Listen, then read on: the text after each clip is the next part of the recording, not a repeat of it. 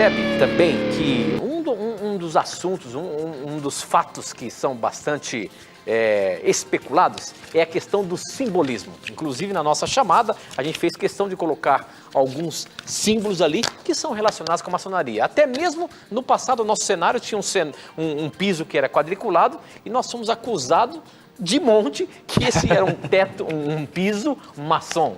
Mas, enfim, professor, essa questão de simbolismo está relacionado muito com religiões ocultas. A maçonaria e as religiões ocultas, há algum vínculo? Maçonaria e religiões ocultas, então? A gente, depois de ver tudo isso que você apresentou pra gente aí? Pois olha, amigo Tito, existe realmente um vínculo na simbologia da maçonaria, alguns símbolos com as religiões ocultas, mas eu queria destacar uma coisa, porque muitos cristãos, infelizmente, desinformados, têm manchado o caráter de muitos irmãos maçons. Isso é errado. Temos 4 minutinhos, professor. Então vamos lá. Eu queria mostrar um próximo slide para o nosso telespectador, que tem uma opinião muito interessante de uma autora chamada Rosemary Ellen Gilley, que diz o seguinte: é impossível manchar o caráter de tantos maçons ilustres com adoração ao diabo. Primeiro ponto, pode deixar o slide aí. É errado dizer que os irmãos maçons adoram ao diabo. Quem fala isso é um desinformado, é um fanático religioso e precisa rever os seus conceitos. E, por outro lado, nós não podemos dizer que o símbolo em si é um problema, porque de acordo com Kenio Ismail, um maçom, ele está totalmente certo em dizer o seguinte: os símbolos formam a base didática não somente da ordem maçônica, mas de toda a humanidade. Ou seja, toda a humanidade se utiliza de símbolos para comunicar ideias. Tá, professor. O problema é que alguns símbolos maçons não são cristãos. Exatamente. Eu queria até que mostrar uma tela aí pra gente, que Vamos existe lá. algum símbolo, por exemplo, daquela estrela que é de cabeça para baixo, eu não sei como é que chama aquilo. Vê se tem aí o nosso Olha o próximo primeiro slide. Olha aí.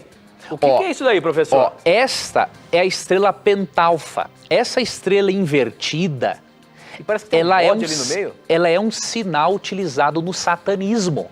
E isso é um símbolo maçônico? É um símbolo que o maçom utiliza. O maçom não utiliza isso para adorar o diabo, fique bem claro. Mas o problema é que o maçom utiliza esse símbolo. Um outro símbolo interessante que eu gostaria de mostrar, olha que símbolo macabro esse. O próximo. É o símbolo de Baphomet, cabra de Mendes, deus do Egito.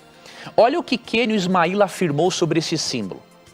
Ele argumentou no livro dele, Desmistificando a Maçonaria, Temos 2 minutinhos, professor. Páginas 30 e 31, ele argumentou que a Igreja Católica difamou a maçonaria. E aí o que ele fala sobre esse símbolo? A maçonaria, como não poderia deixar de fazer, levou e leva a tais crendices pelo caráter jocoso, divertido, e tem adotado o bode quase como um mascote. Eu pergunto, por que adotar esse tipo de símbolo pagão como mascote?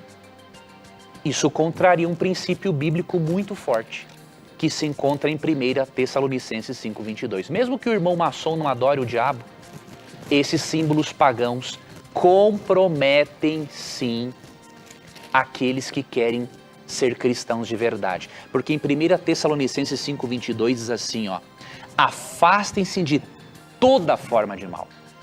Ou seja, nenhuma forma de mal é para você utilizar. Não utilize o símbolo do Baphomet, cabra de Mendes, deus do Egito. Não utilize o pentalfa, porque isso é símbolo pagão e o cristão deve se livrar de toda a aparência do mal. Finalizando a minha participação, Tito, teríamos algumas coisinhas mais para mostrar. Não, mas eu quero te dizer uma coisa ainda. Pera um pouquinho. É possível um cristão, depois que ouvimos tudo isso, ser maçom, meu amigo? Sim ou não?